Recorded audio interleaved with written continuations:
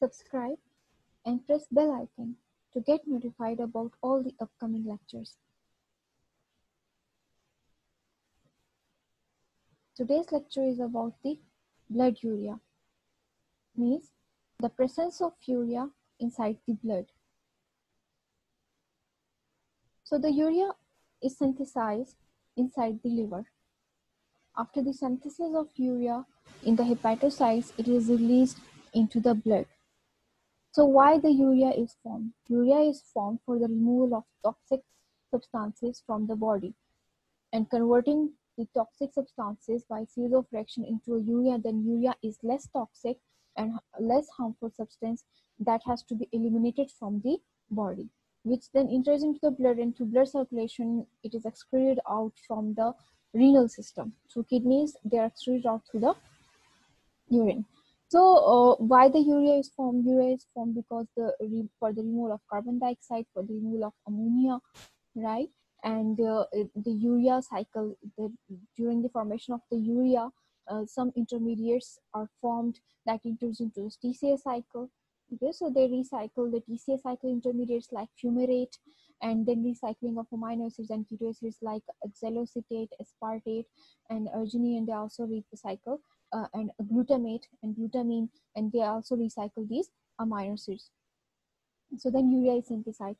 So then after synthesis of urea, it is released inside the blood, and inside the blood there is a specific range for the urea, that it must not exceed that range.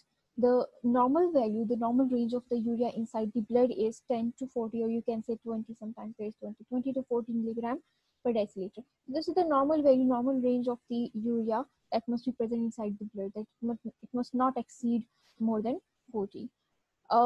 From the blood, they are taken to the kidneys for the excretion. So how much the urea is excreted by the human body per day? It's about 15 to 30 gram of the urea is excreted by the human body per day. So what is the significance of this presence of the urea inside the blood? This blood urea is also detected in the laboratory. ठीक है, इसकी क्या की जाती है, estimation भी की जाती है, इसको एज स्क्रीनिंग टेस्ट भी यूज किया जाता है ब्लड यूरिया को, that we know their its value के इसकी नॉर्मल रेंज जो है आपके पास 10 to 40 या 20 to 40 मिलीग्राम पर डेसीलीटर है. तो क्यों है this normal range, this normal value tells you about the functions of the kidney, because the kidney are the main thing that urea जो है उसमें से पास होता है and are eliminated from the body. So इसको जो है किडनी फंक्शन के लिए भी इसको जो है as a screening test use किया जा सकता है, इसके लेवल से हमें पता चलेगा. सो इसको जो है फिर हम इसको डिवाइड किया जाता है. Blood urea estimation is divided into 3 categories, but before that if this value exceeds, अगर 40 से यूरिया बढ़ जाता है, लेट्स सपोज यूरिया की सिंथेसिस हो रही है, लिवर सिंथेसाइज कर रहा है, बॉडी में प्रोटीन की कैटाबॉलिज्म हो रही है, ठीक है, ब्रेकडाउन हो रही है, मेटाबॉलिज्म का प्रोसेस हो रहा है, प्रोटीन का अमोनिया की प्रोडक्शन हो रही है, नाइट्रोजन सब्सटेंसेस हैं, यूरिया की सिंथेसिस हो रही है ताकि उसको जो है हार्मफुल इफेक्ट्स को मिनिमाइज किया जा सके. Now जो यूरिया है it must be eliminated from the body through kidneys. Okay, but if urea level exceeds, ठीक है, यूरिया जो है उसकी एक्सक्रीशन प्रॉपर नहीं हो रही है या प्रोटीन का मेटाबॉलिज्म ज्यादा हो रहा है, देन 40 से अगर लेवल इंक्रीज कर जाता है, ठीक है, और यूरिया की एक्यूमुलेशन होती रहती है inside the blood, if this level exceeds then this term is known as uremia. ठीक है, so uremia is the term that is used for the increased level of urea inside the blood. ठीक है, जब urea का level normal level से, normal value से जब excrete कर जाती है inside the blood, then that term is known as uremia. So uremia जो है वो भी क्या होता है कि it also leads to toxicity. जैसे अमोनिया टॉक्सिक है, उसको यूरिया में कन्वर्ट किया जाता है लेस टॉक्सिक फॉर्म में, बट लेकिन अगर यूरिया भी जो है वो अपनी लिमिटेड वैल्यू से एक्सीड कर जाता है, ठीक है, then it leads to uremia. So uremia is also harmful and it leads to the ammonia toxicity. और अगर यूरिया का लेवल भी बहुत ज़्यादा एक्सट्रीम हो जाता है तो नर्वस सिस्टम को अफेक्ट करता है. It can also lead to neurotoxicity. It can cause the convulsions and it can, in severe cases, it can even lead to the coma.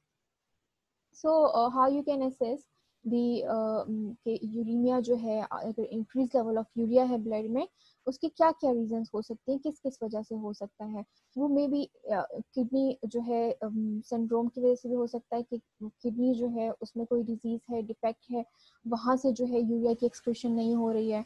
उसके अलावा जो है in some cases increase protein diet अगर लेते हैं तो उसकी वजह से भी जो है नाइट्रोजन लोड जो है वो बढ़ जाता है, उसकी वजह से भी हो सकता है uremia. But in this case increase protein diet, it can be reversed कि प्रोटीन डाइट जो है वो उसका इंटेक कम कर दिया जाता है तो वो वापस से नॉर्मल की तरफ आ सकता है, right. Then in other cases it needs the proper treatment. तो इसके 3 कॉजेज होती हैं यूरिमिया की। हम इसको क्या करते हैं एज ए किडनी फंक्शन के लिए असेस करते हैं। हाउ यू विल नो कि जो है कौन सी वजह थी, क्या कॉज थी, किस वजह से है। तो इसको हम डिवाइड करते हैं प्री रीनल की वजह से कि प्री रीनल जो है उसकी क्या वजह हो सकती है। Like pre renal means before the renal, ठीक है, कि ब्लड सर्कुलेशन में, मतलब अभी आपके पास ब्लड सर्कुलेशन में है, आफ्टर मतलब लिवर में सिंथेसाइज हो गया है, ब्लड में रिलीज हो गया है, अभी किडनी में नहीं गया, मतलब किडनी से पहले की जो रीजन हो सकती है वो क्या हो सकती है।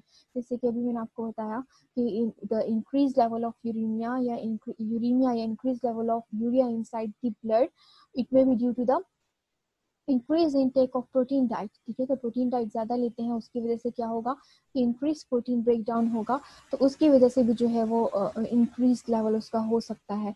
उसके अलावा कुछ और कंडीशंस, कुछ डिजीजेस और कुछ ऑपरेशंस ऐसे होते हैं जिसमें क्या होता है कि प्रोटीन का कैटाबोलिज्म जो है वो इंक्रीज होता है। जैसे कि इन केस ऑफ सर्जरी में, फीवर में, डायबिटीज में, इन केसेस में क्या होता है कि प्रोटीन का कैटाबोलिज्म जो है वो इंक्रीज होता है। सो इंक्रीज प्रोटीन कैटाबोलिज्म जो है उसकी वजह से भी क्या होगा कि there will be increase production of the urea and there will be the increase level of the urea inside the blood. So ये दिस इज मतलब बिफोर अभी किडनी में नहीं गया, मतलब बिफोर द किडनी के अभी ब्लड सर्कुलेशन नहीं है, तो उसकी वजह से क्या क्या रीजन हो सकते हैं। These are the major reason that जिससे हम इंडिकेट कर सकते हैं कि the cause is the prerenal. Prerenal कैसे पता चलेगा कि किडनी जो है वो नॉर्मल है, नॉर्मल फंक्शनिंग कर रही है, देन यू कैन ऑब्जर्व कि जो है उसकी कॉज जो थी वो क्या थी, प्री रीनल थी। और प्री रीनल की आपके पास ये सारी रीजंस होती हैं। नाउ रीनल, इन रीनल केस अगर किडनी में डिफेक्ट होता है रीनल केस, तो उस केस में भी आपके पास क्या होता है कि जो यूरिया है वो आपके पास रिटेन रहता है ब्लड में, और ब्लड में उसकी एक्यूमुलेशन होती रहती है और उसके लेवल क्या हो जाता है ब्लड में इंक्रीज हो जाता है।